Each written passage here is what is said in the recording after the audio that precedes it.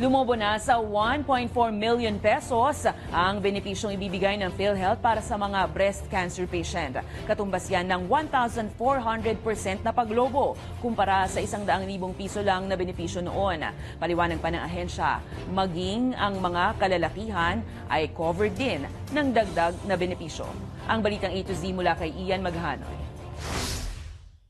Kung dati ay 100,000 pesos lang ang benepisyong natatanggap ng mga breast cancer patients mula PhilHealth, ngayon ay mas pinalawak na ito sa 1.4 million pesos. Kanina, inulunsad ng State Insurance ang Memorandum Circular para sa dagdag benepisyo na epektibo na mula March 30, 2024. Ayon sa PhilHealth, bukas ang programa hindi lamang sa babaeng pasyente ng breast cancer kundi maging sa mga kalalakihan na posible ring tamaan ng sakit. Covered rin pati lalaki.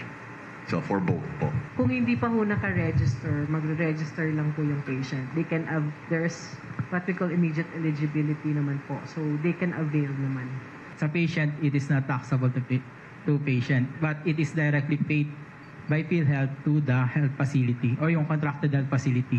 Dati po kasi bago ka makapasok sa benefit package, yung mammo and ultrasound, mammogram and ultrasound, minsan sagot ng patient. Pero ngayon po, sagot ng PhilHealth.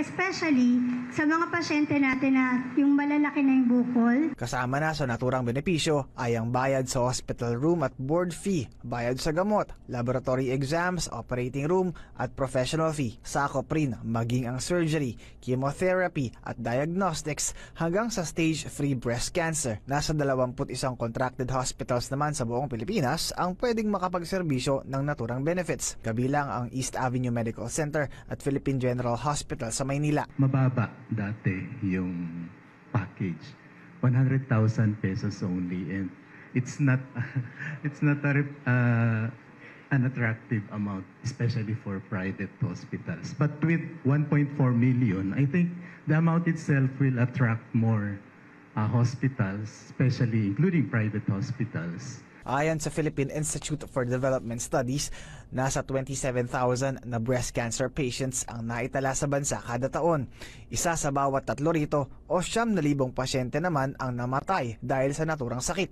Samantala, target bigyan ng mataas na benepisyo ay ang gamutan para sa cervical cancer, chemotherapy para sa baga at bato, ovary at prostate cancer. Una nang sinabi ng ahensya na ang naturang 30% na pagtaas ng benepisyo nito ay bunsod ng inflation adjustment. Para sa Balitang A to Z, Ian Maghanoy.